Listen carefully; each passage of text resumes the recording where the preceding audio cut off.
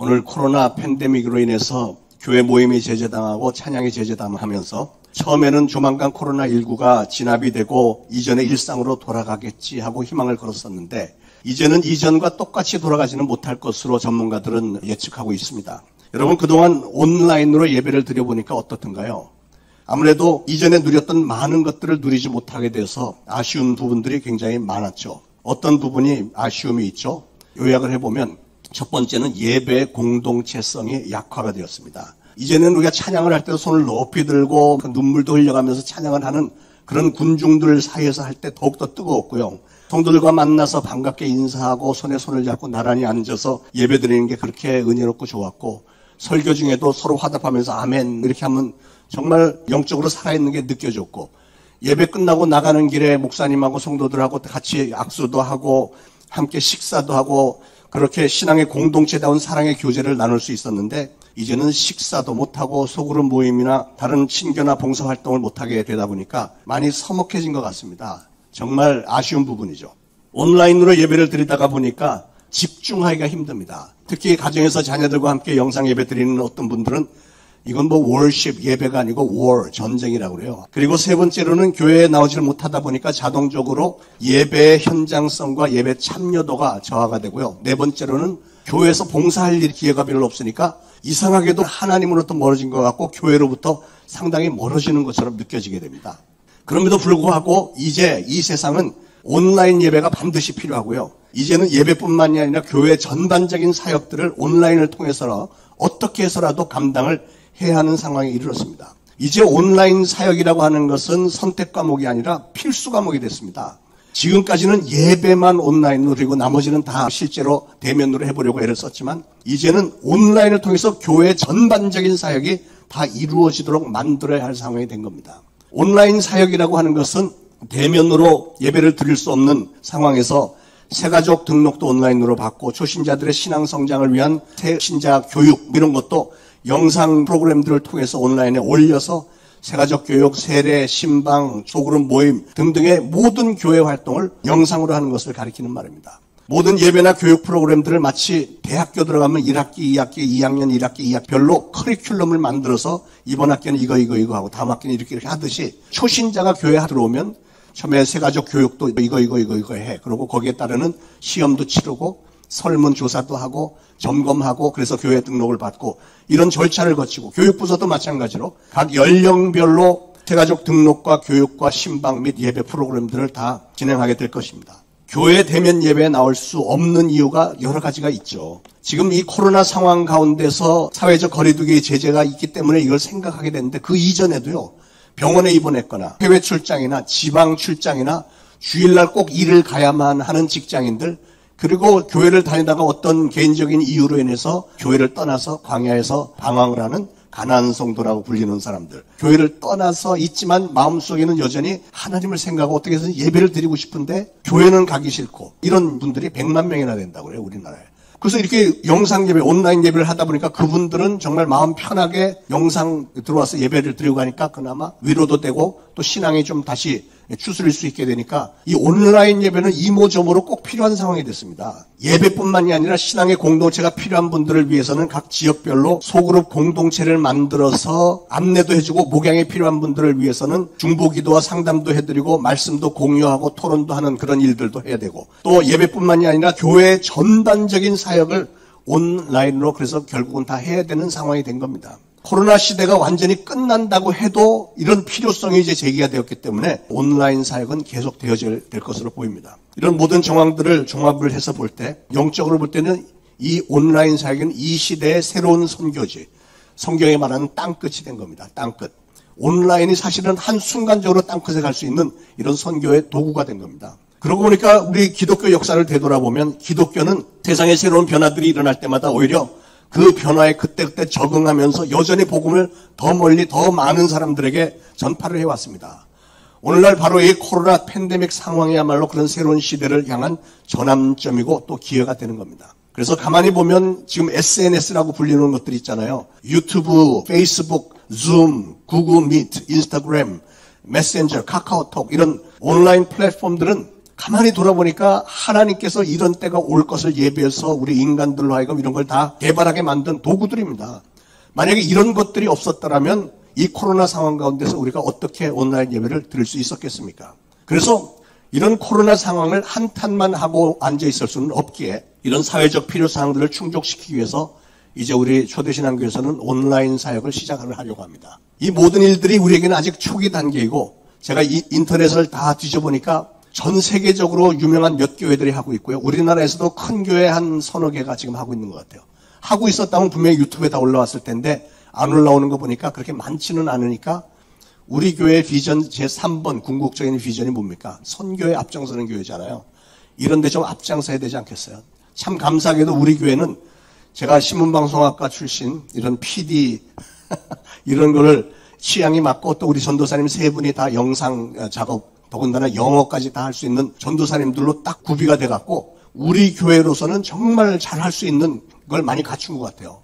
우리 교회 내에도 이 SNS로 사업을 하는 분들도 계시고 보면 인스타그램에서 밥 먹은 거 찍어서 올리고 막 이렇게 이런 분들도 많이 계시고 어떤 분은 조회수가 보통 5만 뭐 10만 이런 분도 이 자리에 앉아 계시고 그러고 보니까 재원들이 다 갖춰져 있는 거예요. 우리 교회는. 이것은 우리가 이제 막 들여다보기 시작한 초안 단계이고 영상 제작을 많이 해야 되는데 이게 시간과 인력을 필요로 하는 일들이기 때문에 시간을 두고 연구를 계속하면서 보다 더 실용적이고 효과적인 복음 전파의 길을 모색을 해야 될 것입니다. 그래서 앞으로 한 달 정도는 준비 기간으로 정해놓고 필요한 것들 하나하나 준비하면서 한 번에 다 할 수는 없습니다. 일단 시작할 수 있는 걸 준비하는 단계가 한 달 정도 걸린다는 얘기고요. 앞으로 매주 연구해 나가는 대로 하나씩 진행사항을 여러분에게 알려드릴 겁니다. 그래서 제가 지금 꿈을 꾸기는 가능하면 11월 첫 주일에 홍보를 시작하면서 온라인으로 새가족들 등록 신청을 받으면서 이제 출항을 하려고 합니다. 우리 목회협력위원들과도 이미 다 얘기 나눴고 우리 사역자들하고는 이제 2주째 지금 얘기를 나누고 있습니다만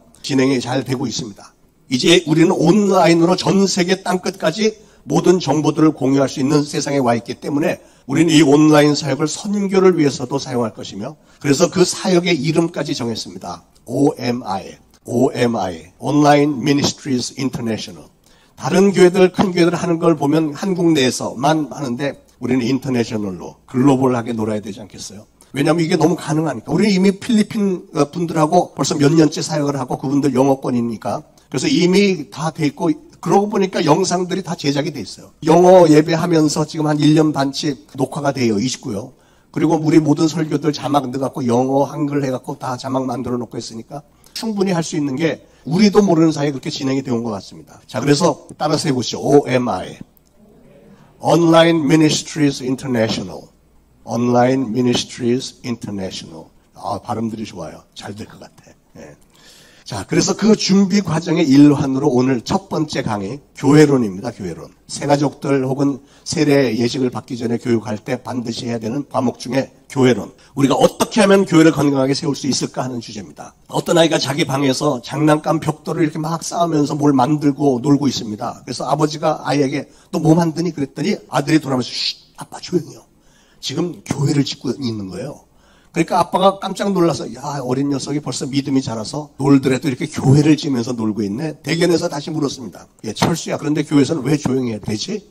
아이, 아빠는 교회에서는 조용해야죠. 사람들이 다 자는데 소리를 내면 어떻게 해요? 예. 그러니까 이 아버지가 이 아들을 교회로 데리고 간 것까지는 좋았는데 설교 시간 때마다 이 아버지는 계속 아멘 아멘 했다는 거죠. 그러니까 그걸 보고 자란 이 아이의 마음속에 아, 교회는 어른들이 와서 자는 데구나. 그런 오해가 자리를 잡았다는 거예요. 기가 막힌 얘기 아니에요? 떠들면 안 되는 것까지는 맞았는데 그 이유와 목적이, 즉 교회관이 틀리게 자리를 잡았다는 것이죠.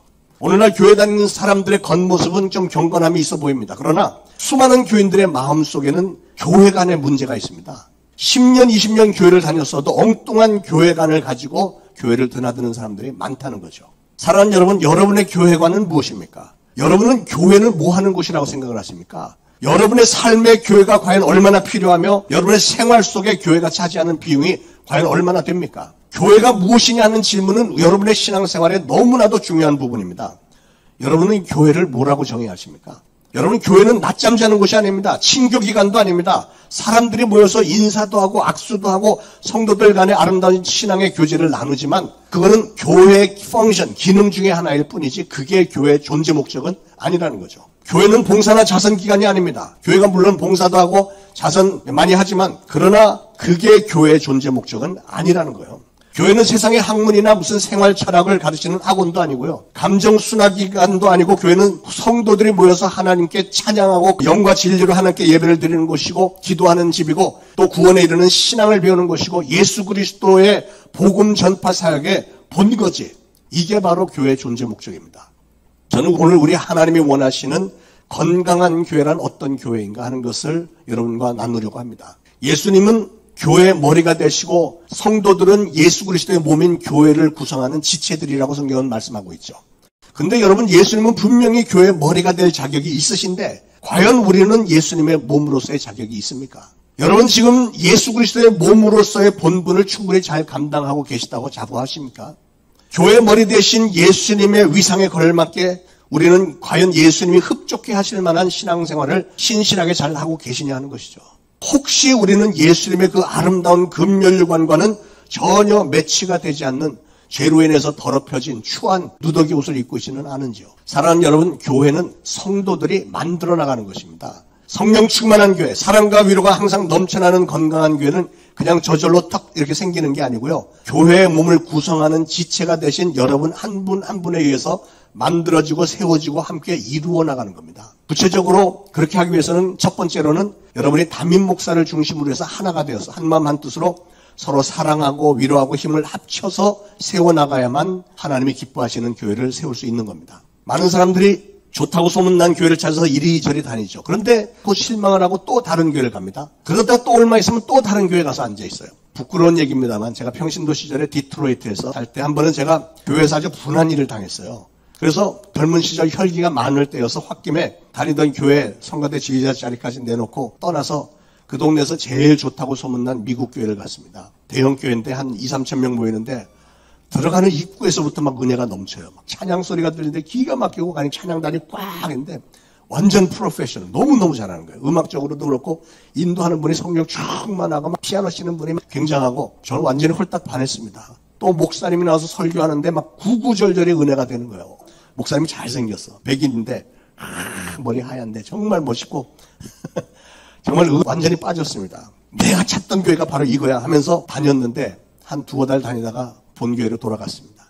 왜냐하면 그 교회가 예배는 정말로 좋은데 한 두어 달 다니면서 보니까 저 자신을 보니까 신앙이 점점 쇠퇴해져 가고 구경꾼이 되더라고요. 구경꾼이 하나님으로부터 점점 더 멀어지는 자신을 발견을 했습니다. 왜냐하면 내 모습을 보니까 예배 드리는 일 외에는 다른 그 어떤 봉사도 하지 않고 11조도 안 바치게 되는 거예요. 왜냐하면 이게 내 교회가 아닌 거예요. 그러면서 제가 그 11조를 꼬박꼬박 모아놓고 있더라고요. 그게 다시 돌아가서 바칠 거 생각하고 꼬박꼬박 모아놓고 있더라고. 남이 교회라고 생각이 되니까 그 교회에 11조 바칠 생각은 안 드는 거예요. 그래서 두어 달 있다가 돌아가서 다 바친 것을 믿어주시길 바랍니다. 그렇게도 좋아 보였던 교회인데 막상 들어가 보니까 좋긴 좋은데 내 교회가 아닌 거예요. 왜 그럴까요? 교회라고 하는 신앙의 공동체는 구성원된 지체들이 서로 사랑하며 위로하면서 힘을 합쳐서 정성과 땀방울을 흘려가면서 함께 만들어 나가야 되는데 이미 남들이 다 만들어 놓은데 들어가 보니까 뭔가 너무 허전하게 빠져 있어요. 그게 뭐예요? 내 정성, 내 노력, 내 땀방울이 그 교회 그 어느 곳에도 묻어 있지 않았고요. 인간관계도 보니까 거기는 백인 교회인데 간간히 동양 사람들이 섞여 있지만 우리가 가니까 우리에게 너무 신사적으로 잘 대해주지만 가까이 하긴 너무 먼 당신이에요. 섞일 수가 없는 거예요. 섞일 수가. 철과 흙이 섞일 수가 없듯이 그분들이 잘해주긴 하는데 나는 그 교회 일원이 아니라는 생각이 드는 거예요. 끈끈한 정이 붙을 수가 없는 겁니다. 그게 없으니까 그 교회에 정착이 되질 않고 신앙생활이 제대로 되질 않죠. 내 교회가 아니니까. 그걸 깨닫고 나서 다행히도 먼저 교회에서 목사님과 성도들이 하루가 멀다고 그냥 계속 전화오고 찾아오고 돌아오라고 애원을 해대니까 못 이기는 채하고 우리 교회로 돌아갔죠 뭐. 여러분은 제발 그러지 마시기 바랍니다. 백해무익한 거예요. 다른 교회에서 우리 교회 오는 거는 괜찮아. 근데 여러분이 다른 교회 가는 건 하시면 안 돼요. 왜냐하면 제가 목회하면서 보니까 우리 교회에서 신앙생활을 하다가 다른 교회 간 사람은 정착을 못해요. 이상하게 못하고 여기 갔다. 뱅뱅뱅뱅 평생 그러고 다니는 거예요. 우리 교회가 그립대요. 여러분 좋은 교회를 다니는 것이 얼마나 큰 축복인지 모릅니다. 여러분의 현재와 미래, 인생의 보람, 행복과 꿈이 여러분이 속해 있는 교회 건강 상태에 달려있다는 사실을 아시길 바랍니다. 저는 지금은 목회자니까 물론 교회가 저의 인생의 전부인 것은 당근이지만 돌아보니까 제가 은혜를 받기 이전에 평신도 시절에도 그랬어요. 평신도 시절에도 교회 생활은 저의 인생의 가장 큰 부분을 차지하고 있었습니다. 교회 어려움이 생기면 정말 신기한 일이 벌어지는데 교회 시끄러운 문제가 생기면 가정도 맨날 다투게 되고 직장에서 일이 잘 안 되고요. 사업장에도 가보면 사건들이 끊임없이 터져. 정신을 못 차릴 정도로 삶의 질서가 다 엉켜져 버리더라고요. 그러다가 한 2, 3주 지나서 교회 문제가 해결되고 좋은 일들이 생기기 시작하면 어느 틈에 가정도 평화가 찾아오고 직장도 잘 되고 사업도 잘 되고 그 교회는 유난히 문제가 많던 교회였는데 문제가 끊임없이 발생하던 교회였는데 매번 그랬어요. 매번. 교회에 문제만 터지면 내 생활이 엉망이 되고 문제가 해결되면 내 인생이 괜찮아지는 거예요. 예. 교회가 그만큼 중요한 겁니다. 저는 우리 초대신앙교회가 지금보다 훨씬 더 좋고 건강한 교회가 되기를 간절히 소원합니다. 최소한 김포에서 가장 좋은 교회, 항상 사랑과 위로와 성령 충만함이 넘치는 교회가 되기를 바랍니다. 여러분의 삶에 아무리 어려운 일이 생겨도 여러분이 교회에만 가면 모든 문제가 다 해결을 받는다고 소문이 나는 항상 성령님의 임재하심이 충만한 그런 교회가 되기를 간절히 소원합니다. 그러기 위해서 우리가 반드시 기억해야 할 일은요. 교회의 머리는 예수 그리스도시고 예수 그리스도의 몸된 이 교회는 바로 여러분 한 분 한 분이 교회라고 하는 사실이고 그래서 이 교회를 좋은 교회로 만드는 일은 누구에게 달렸다고요? 지체가 된 여러분 한 분 한 분이 어떻게 하느냐에 달려있다는 거예요. 그래서 저는 오늘 좋은 교회를 만들어 나가기 위해서 성도된 우리가 반드시 알아야 되는 중요한 점 몇 가지만 여러분에게 나눠드리려고 합니다. 요한계시록 1장 20절에 이런 말씀이 있습니다. 내 본 것은 내 오른손에 7별의 비밀과 7 금촛대라. 7별은 7교회 사자요 7 촛대는 7 교회니라. 무슨 뜻일까요? 사도 요한이 반모섬에서 환상 중에 이걸 본 거예요. 환상 중에 7별과 7 촛대를 보았는데 그런데 이 7별은 교회 사자이고 7 촛대는 교회라고 해석까지 달아놨어요. 그러니까 여기 교회 사자는 누구예요? 우리 초대신앙교회에서 주님이 사자로 세우는 사람은 주의 종, 장목사입니다. 여러분의 담임 목사. 여러분의 담임 목사는 예수님으로부터 이 초대신앙교회의 목자로 위임을 받은 사람입니다. 예수님이 담임 목사를 얼마나 중요하게 생각하셨으면 요한계시록 2장 1절에 보니까 예수님은 오른손에 7별을 붙잡고 7 금촛대 사이를 다니신다고 그랬습니다. 그러니까 예수님은 주의 종을 오른손에 딱 붙잡고 교회를 돌아보시면서 교회를 다스리시고 치리하신다는 거예요. 오른손에 붙잡고 계셨다고 그랬는데 우리가 오른손에 붙잡는 거는 어떤 거를 오른손으로 붙잡죠? 중요한 걸 오른손으로 붙잡잖아요. 중요한 거. 그러니까 예수님은 주의 종들이 소중한 직분을 잘 감당할 수 있도록 금촛대 사이 교회를 두루 다니시면서 그 교회에 같이 계시면서 주의 종들을 오른손으로 붙잡아주고 계시대요. 혹자는 말합니다. 훌륭한 목사님을 모시는 교회는 자연히 축복을 받고 좋은 교회로 부흥이 된다. 이런 얘기를 하죠. 맞는 얘기입니다. 그런데 그 훌륭한 목사님은 누가 만들까요? 그것은 바로 훌륭한 성도들이 만드는 거예요. 바로 여러분이 훌륭한 목사를 만드는 겁니다. 자, 그러기에 별과 촛대, 즉 주의 종과 성도들은 하나가 돼야 되는 거예요. 한 몸. 불가분의 관계. 그래서 좋은 교회를 만들기 위해서 필요한 사항 첫 번째는 목회자와 성도들의 관계가 가까워야 된다. 한 몸이 돼야 된다. 그렇게 해야만 이 교회가 우리 주님이 기뻐하실 만한 좋은 교회가 되는 겁니다. 자, 그렇게 되기 위해서는 어떻게 될까요? 첫 번째로 여러분의 담임 목사를 사랑하셔야 됩니다. 제 입으로 저를 사랑해야 된다고 강요하는 것 같아서 좀 민망하긴 한데 그래도 그게 성경적이고 그게 여러분이 복받는 길입니다. 초대교회 성도들은 하나같이 그들의 사도를 사랑했는데 사랑도 보통으로 사랑한 게 아니죠. 목숨을 바쳐 사랑했습니다. 자기 전 재산 바쳐가면서 사랑했습니다. 여러분의 담임 목사를 사랑하시기 바랍니다. 여러분이 목사를 사랑하지 않으면 어떤 일이 생기죠? 제가 설교를 해보면 이 사람이 목사를 사랑하는지 안 하는지 분명해집니다. 목사를 사랑하는 사람은 설교를 하면 막 은혜를 받아요. 막 눈물도 흘리고 막 이렇게. 그런데 사랑하지 않는 사람은 좀 이렇게 뒷전에 코너에 앉았고 입이 삐죽거리네요. 이래요. 아무리 설교를 잘하고 아무리 천사의 말을 한다고 할지라도 목사를 사랑하지 않으면 그 선포된 말씀이 들어가겠습니까?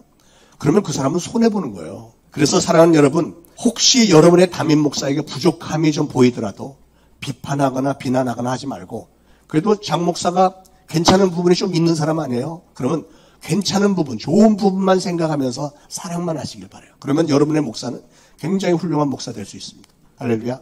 그게 바로 건강한 교회가 되는 비결이고 여러분이 축복을 받는 비결입니다. 담임 목사를 훌륭한 목회자로 만들기 위해서 성도들은 어떻게 해야 될까? 두 번째로 담임 목사를 위해서 끊임없이 기도하셔야 됩니다. 목사가 혼자서 하는 기도로는 택도 없이 부족합니다.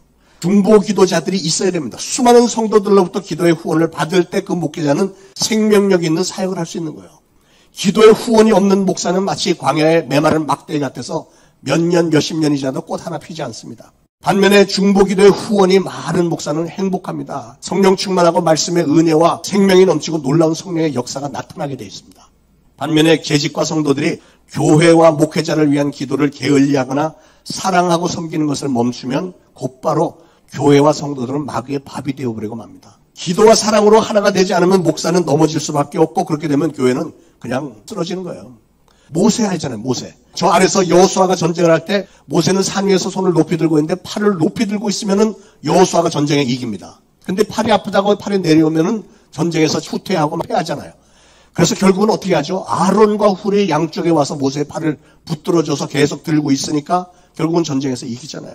여러분도 여러분의 담임 목사의 팔이 내려오지 않도록 저의 팔을 좀 받쳐서 올려주시길 바랍니다. 어떤 분들은 와서 목사의 팔에 자꾸 매달리는 사람이 있어요. 그러지 않아도 힘든데 매달리지 마시고 받들어서 올려주시기를 부탁을 드립니다. 세 번째, 여러분은 담임 목사를 잘 따르고 순종을 잘 하시기 바랍니다. 목사도 물론 허물이 많고 부족한 인간입니다. 아니, 그렇다면 왜 허물이 많고 부족한 목사를 우리가 따르면서 순종해야 되죠? 그것은 이래요. 양된 저나 여러분 우리 모두는 목자장 대신 예수님을 따르는 게 원칙이죠. 근데 우리가 잘 아는 대로 우리 예수님은 일을 할 때 사람들을 사용해서 하십니다. 그래서 담임 목사는 목자장 대신 예수님께서 특별히 우리 초대신앙교회를 위해서, 여러분들을 위해서 기름 부어 위임하셨고 항상 오른손으로 붙들어 주시는 목자이기 때문에 여러분은 여러분의 목사를 따르며 순종하는 것이, 그게 바로 신앙의 지혜이고 교회 질서입니다.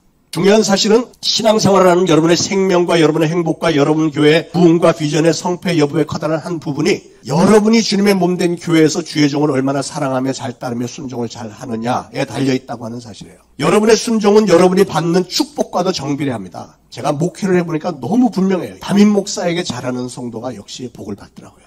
한번 생각을 해보십시오. 하나님으로부터 소명을 받고 이 교회를 개척하기로 결단을 했고 실행에 옮겨서 여러분을 설득시켜서 초대신앙교회를 개척을 했고 5년 반 동안 여기까지 오게 만든 장본인이 누굽니까? 여러분의 담임 목사잖아요. 그렇다면 이 교회가 부흥되는 것을 가장 열망하는 사람이 누굴까요? 이 교회를 위해서 하루도 빠지지 않고 하나님께 제일 간절하게 매달리는 사람이 누굽니까? 여러분과 여러분의 가정과 여러분 직장 사업체들을 위해서 매일매일 제일 기도를 많이 해주는 사람이 누굽니까? 지난 세월 동안에 교회와 여러분 각 가정에서 일어난 크고 작은 사건들 때문에 가장 폭삭 늙어버린 사람이 누굽니까? 이 사람 아닙니까? 그거 하나만 보고서라도 여러분은 그 담임 목사를 사랑하고 순종하고 따르고 해야 되지 않겠습니까? 할렐루야. 여러분, 교회 뿌리는 2000년 전에 시작됐습니다. 예수님께서 여기저기 다니시면서 제자들 부르셨고 제자들을 데리고 다니면서 3년 동안 그들을 양육하셨고요. 그리고 많은 기사와 표적을 보여주셨습니다. 귀신 들린 자에게서 귀신을 쫓아냈고 병 들린 자에게 병을 꾸짖어 쫓아내셨고 천국의 비밀과 질서에 대해서 말씀을 해주시더니 오늘 우리가 봉독한 마태복음 16장에서 제자들에게 물으십니다. 사람들이 나를 누구라고 하더냐? 요즘으로 말하면 신학대학원 3년 과정 다 끝나고 마지막 졸업시험을 보는데 졸업시험 문제가 딱 하나가 나왔는데 그게 뭐냐면 예수님은 누구신가? 논하라. 뭐 이런 거예요. 제자들 3년 다 끝나갈 무렵에 사람들이 나를 누구라고 하더냐? 이렇게 묻는 거예요. 그 얘기하니까 생각나는 게 하나 있는데 어떤 신학생이 너무 가난해서 알바하면서 공부를 하느라고 학기 내내 수업도 다 듣지 못하고 시험 공부할 시간도 없었는데 아무 준비도 없이 비교 종교학이라는 과목 학기말 고사를 보게 되는데 시험 문제가 딱 하나예요. 예수와 부처의 다른 점을 논하라. 이거예요. 근데 이 신학생이 뭐 공부를 제대로 했어야 뾰족한 답이 생각이 나지. 백지를 낼 수도 없고 고민하다가 갑자기 기발한 답이 딱 하나가 생각나서 한 문장 딱 적어놓고 나왔어요. 그게 뭐냐면 예수와 부처의 다른 점. 예수와 부처는 헤어스타일이 완전히 달랐다. 네. 예수님은 3년 사역을 거의 마칠 무렵에 제자들에게 세상 사람들의 여론을 물었습니다. 사람들이 나를 누구라고 하더냐? 그랬더니 제자들이 세례 요한이라고 합니다. 엘리야라고 하던데요. 예레미야 선지자가 돌아왔다고 하던데요. 그랬더니 예수님이 너희는 나를 누구라고 하느냐? 베드로가 고백하기를 주는 그리스도시요 살아계신 하나님의 아들이십니다. 그랬더니 예수님이 감탄을 하시는 거예요. 야, 너 이걸 알게 한 것은 혈육이 아니라 사람들의 지식이 아니라 하늘에 계신 내 아버지께서 알게 해주신 거야. 감탄을 했어요. 오늘도 그런 고백을 하는 사람이 복된 사람인 줄 믿으시기 바랍니다. 여러분, 교회는 바로 이 베드로의 이 신앙 고백 위에 세워진 것입니다. 예수님이 말씀하셨죠. 바요나 시몬아, 너는 오늘부터 베드로라. 이 반석 위에 내가 내 교회를 세우리니 음부의 권세가 이기지 못하리라. 우리 초대 신앙교회도 바로 이 주는 그리스도시요 살아계신 하나님의 아들이시니다라고 했던 베드로의 신앙 고백 위에 세워진 겁니다. 베드로가 신앙 고백을 한 후에 예수님께서는 베드로에게 천국의 열쇠를 주셨다고 그랬어요. 베드로는 그 후 오순절날 이 열쇠로 하늘나라의 문을 열고 예수님께서 보내신 성령을 받았습니다. 마가의 다락방에서 같이 성령을 받았던 120명의 신도들에 의해서 최초의 교회, 예루살렘 교회, 초대교회가 세워졌잖아요. 뿐만 아니라 베드로는 이방인 고넬료에게 가서도 천국의 문을 열어서 그가 주님을 만나고 성령을 받도록 해줬습니다. 물론 2000년 전에 모든 사도들이 다 예수 그리스도 이름으로 동일한 일들을 했지만 오늘날 중요한 사실은 이제 그 천국의 열쇠를 바로 여러분과 제가 들켜지고 있다는 사실이에요. 이게 얼마나 엄청난 사건인지 아십니까? 천국의 열쇠를 우리가 지금 들켜지고 있다. 우리는 교회를 통해서 죄사함을 받고, 교회를 통해서 구원을 얻고, 교회를 통해서 복을 받고, 교회를 통해서 천국 들어가는 길을 배우고, 교회를 통해서 그 복음을 전하고 나가서 전도와 선교를 하는 겁니다. 여러분, 제가 목회를 하면서 깨닫고 또 깨닫는 거는요, 교회가 양적인 성장도 물론 중요하지만 양적인 성장보다도 훨씬 더 중요한 것은 성도들의 질적인 성장입니다. 다른 말로는 건강한 교회를 세우는 게 중요하다는 거예요. 그래서 교회는 무엇보다도 건강한 교회가 되기 위해서 애써야 됩니다. 악한 마귀가 2000년 전에 예수님에게 패배했지만 그 마귀는 아직도 시뻘겋게 살아서 교회를 병이 들게 만들고, 그래서 교회를 넘어뜨리려고 하고, 교회를 폐쇄시키겠다고 하고, 성도들을 흩어버리려고 별의별 짓을 다 하고 있다는 사실을 아시길 바랍니다. 그러면 건강한 교회가 되기 위해서 우리는 무엇을 어떻게 해야 될까? 로마서 16장에서 사도 바울은 건강한 교회가 되기 위한 비결을 말씀했는데요. 첫째로 바울은 교회가 건강하기 위해서는 악한 자로부터 거리를 멀리 해야 된다고 말씀했습니다. 로마서 16장 17절에 바울은 형제들아 내가 너희를 권하노니 너희 교훈을 거스려 분쟁을 일으키고 거치게 하는 자를 살피고 저에게서 떠나라 이랬어요. 저에게서 떠나라고 한 것은 영어로는 keep away from them. 그들로부터 아주 멀리 하라는 거예요. 사도 바울은 그 당시 초대교회에서 여기저기서 교회가 분쟁이 많았고 문제들이 많았는데 그거는 항상 그런 사람들이 들어와갖고 이간질하고 사람들에게 이상한 가스 퍼뜨리고 이런 짓을 했기 때문에 교회가 이게 보통 시끄러운 게 아니에요. 이단자들이 많이 들어왔습니다. 그래서 사도 바울은 마귀의 일을 하는 사람들, 그런 이간질하는 사람들, 가스를 전파하는 사람들, 그들을 하고 상종하지 말고 멀리 하라는 거예요. 왜 그랬을까? 사도 바울은 인간의 연약성을 너무 잘 알고 있는 거예요. 그런 사람들하고 어울리다가는 영락없이 그들의 악한 영향을 받게 될 것이 분명했기 때문에 그들을 멀리 하라는 겁니다. 그래서 건강한 교회는 그런 사람들 멀리 해야 되고, 두 번째로는 자기 중심적이 아니고 그리스도 중심이어야 된다. 이렇게 말씀했습니다. 18절에 이 같은 자들은 우리 주 그리스도를 섬기지 아니하고 다만 자기의 배만 섬기나니 공교하고 아첨하는 말로 순진한 자들의 마음을 미혹하느니라 그랬어요. 그러니까 교회 안에서 분쟁을 일삼고 다른 성도들의 믿음 성장에 방해가 되는 사람은 주로 뭘 하냐면 그럴듯한 말, 간사하고 듣기 좋은 말로 순진한 성도들의 마음을 미혹을 해서 자기하고 친한 사람으로 만들고 자기 지지하는 파당을 만들고 자기의 배만 섬긴대요. 사도 바울이 이걸 경험을 했고 그래서 아주 간곡하게 당부를 한 겁니다. 건강한 교회가 되기 위해서 세 번째, 선한 일을 행하라고 그랬어요. 19절에 너희 순종함이 모든 사람에게 들리는지라 그러므로 내가 너희를 인하여 기뻐하노니 너희가 선한데 지혜롭고 악한데 미련하기를 원하노라. 선한데 지혜로우라는 말은 선한 일을 확실하게 행하라 이거예요. 아는 것만 가지고 만족하지 말고 그 선한 일을 행동에 옮기라는 거예요. 반면에 악한 일에 대해서는 미련하다는 말을 들을 정도로 악한 일은 할 줄 모르는 사람이 되려는 거예요. 자, 말씀 정리하겠습니다. 사랑하는 여러분, 오늘날 우리는 뭘 몰라서 못하지는 않는 것 같습니다. 우리는 선한 일이란 어떤 일을 말하는 것이고 신앙인이라면 선한 일을 해야 한다는 것을 다 알고 있습니다. 어떤 게 건강한 교회고 어떤 사람이 영적으로 건강한 사람이며 우리는 어떻게 해야 건강한 신앙생활을 할 수 있는지 몰라서 못하는 사람은 별로 없습니다. 그러니까 오늘 심각하게 우리에게 결여가 된 것은 머리에 지식이 아니고 머리에 분별력이고요. 가슴에서 우러나오는 열정과 결단력이 부족하다는 거죠. 행함이 없는 믿음은 죽은 믿음이라는 말을 여러분이 수도 셀 수 없이 많이 들었습니다. 저는 우리 교회와 우리 교회에 속한 여러분 한 분 한 분 모두가 다 오늘 이 말씀을 잘 기억하시고 그대로 지켜 행하심으로 예수님의 마음에 쏙 드는 참으로 건강한 교회가 되시기를 예수 그리스도로 축원을 드립니다. 기도하겠습니다.